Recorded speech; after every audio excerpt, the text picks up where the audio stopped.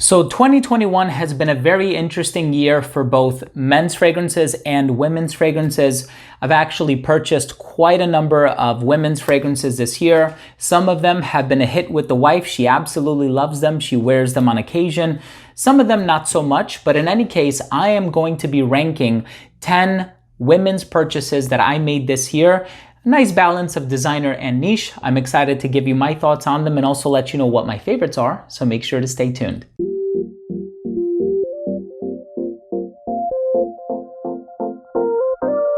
Now, before I begin this top 10 video of my favorite women's releases for the year 2021, and I rank them in order all the way up to my favorites, I do want to mention that if you are a fan of fragrance-related content, if you like top 10 videos just like this, but also giveaways, unboxings, special guests, and more, please do consider supporting this channel by subscribing to it. All you have to do is click on that red button down below. It would mean so much to me. And also, while you're at it, make sure to give this video a thumbs up for the YouTube algorithm.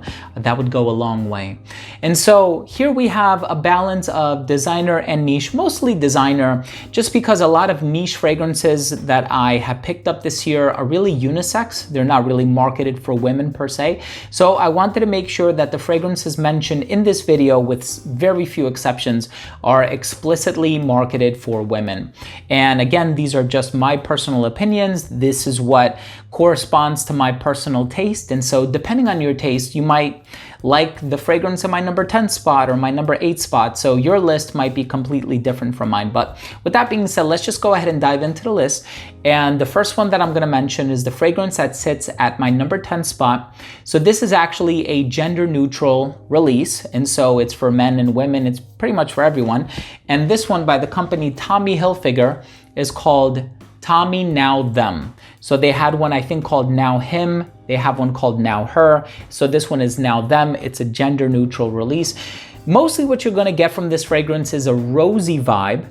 And that rosy vibe is established from the geranium and pink pepper that's in here. It's a little spicy, so you have like cardamom, ginger, a little bit of bergamot in the opening. And then you kind of have like this cashmere, mossy sandalwood sort of a base. So it's kind of like this spicy, slightly peppery, rosy, and musky sort of a scent with just like a little bit of like a mossy quality in the base. And so this is one that I will wear on occasion, especially if I want to get a little bit of a rosy vibe, but not something as strong as some of the other rose dominant fragrances that I have in my collection.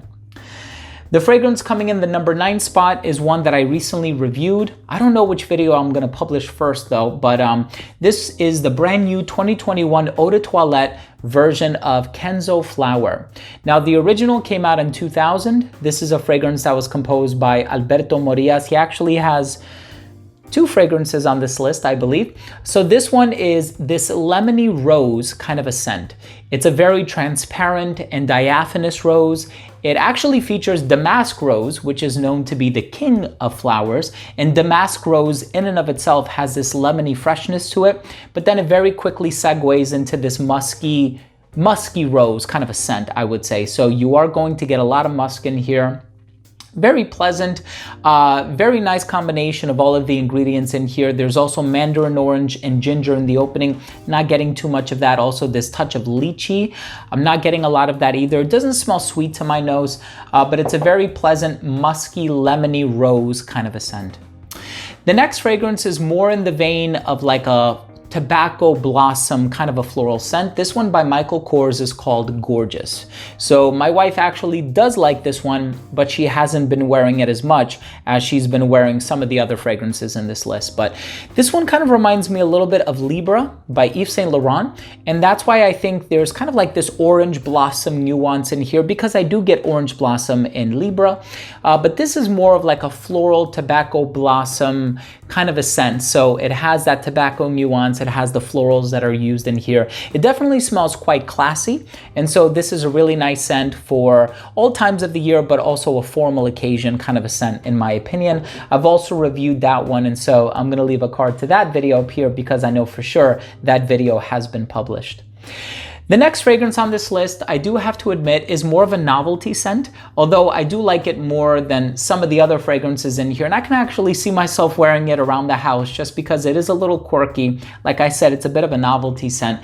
This one by Moschino is called Toy to bubblegum. So you kind of have like these candied floral notes in here. You definitely get rose in the dry down. You get like this cinnamony vibe in the opening, so it's a little spicy, but it's really sweet. And so this is an awesome gourmand fragrance, and probably the only one that you'll find in this list. And so if you are a fan of gourmand perfumes, if you like the smell of bubblegum, I think this is like Hubba Bubba bubblegum or whatever, a bit of a tongue twister there. But this one is a really sweet bubblegum type of a fragrance, as if the name of the fragrance or the presentation, that pink coloration on the bottle, didn't give it away. This smell will surely take you on a trip down memory lane, because it does actually smell like bubblegum. So the next fragrance in this list is kind of a niche tier release, but it is a designer brand ultimately. So by the company Tom Ford, this is Tuberous New, which translates to naked tuberose. This one is this Sichuan pepper, spicy kind of a tuberose, but you get some other floral accents in here, like you get a little bit of lily. This is a very starchy tuberose. And so if you are familiar with fragrances like Tuberose 1, Capricious by Histoire de Parfum, you'll get something very similar, except that has a little bit more of like that lipsticky iris vibe. This also has a suede leather note in the base. And so it's this smooth cacao, leathery tuberose type of a scent. I actually really like this one. There are others from the private blend line that I would prefer to wear, and I think this is really heavy-handed on the florals. And so I'm more akin to wearing something like Bitter Peach, or maybe, you know, the classics, oud wood, Tuscan leather, tobacco vanille, so on and so forth. But this is definitely a great benchmark tuberose scent, and that's something that Tom Ford does pretty well, creating benchmark scents for certain notes. So the next one is a recent acquisition of mine, and my wife actually does love this one. So that's what I was saying before. There are a lot of fragrances in this list that my wife does love versus others. And this one by Mugler is called Angel Iced Star. And so this one is this pineapple, coconut. It actually smells a little bit like mango, although that's not listed in the note breakdown. But it actually reminds me a lot of a previous Angel flanker called Eau Croisière, which is like, it translates to cruise water. And so that one has like this mango vibe in it. Mango is not listed as a note in here, but I definitely get that ripe, fruity sweetness in the opening, but it also has the Madagascan vanilla, the patchouli, and the praline in the dry down, which is very characteristic of the original Angel, which was released in the early 90s. However, this one is not too heavy-handed on the spices, the ethyl maltyl, and also that patchouli note, which in the original can kind of come across smelling a little bit earthy.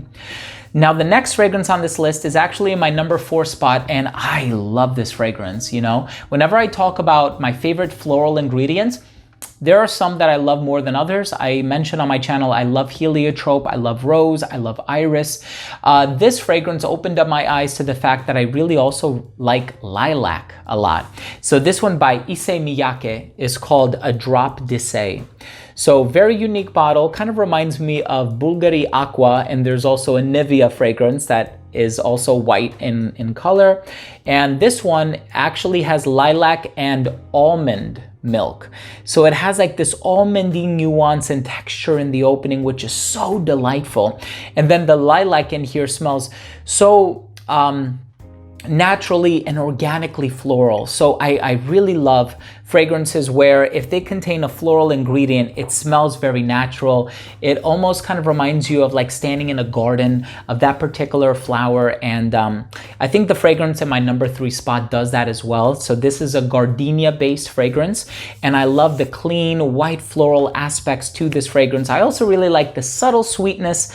Not entirely sure where it's coming from, but there's something about this fragrance that kind of reminds me of Jardin de Malfi by Creed, which is one of my favorite Creed fragrances. Kind of has like this fruity nuance in the opening with lemon and those clean white floral ingredients. And this one is actually a collaboration with a Greek fashion designer whose name is Mary Katranzou.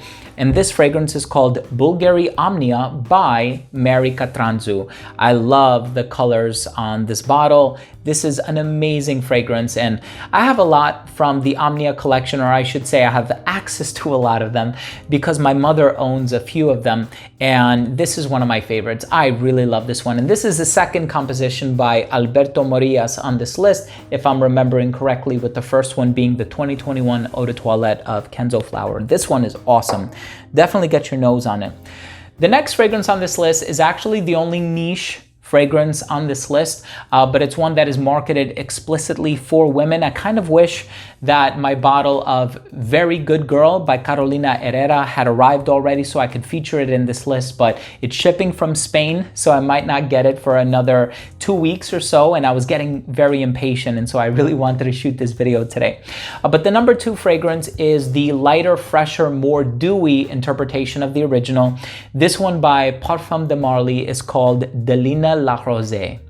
And this one, very similar to the original. If you own the original, you know it's this gorgeous, sort of breathtaking combination of rose, peony, and lychee. This one is a lot brighter, more accent on the citrus, more transparent and diaphanous. It has this dewy vibe about it, and if you're looking for that Delina DNA, but something that is definitely fit and engineered to be worn in the hotter months of the year, this is absolutely fantastic.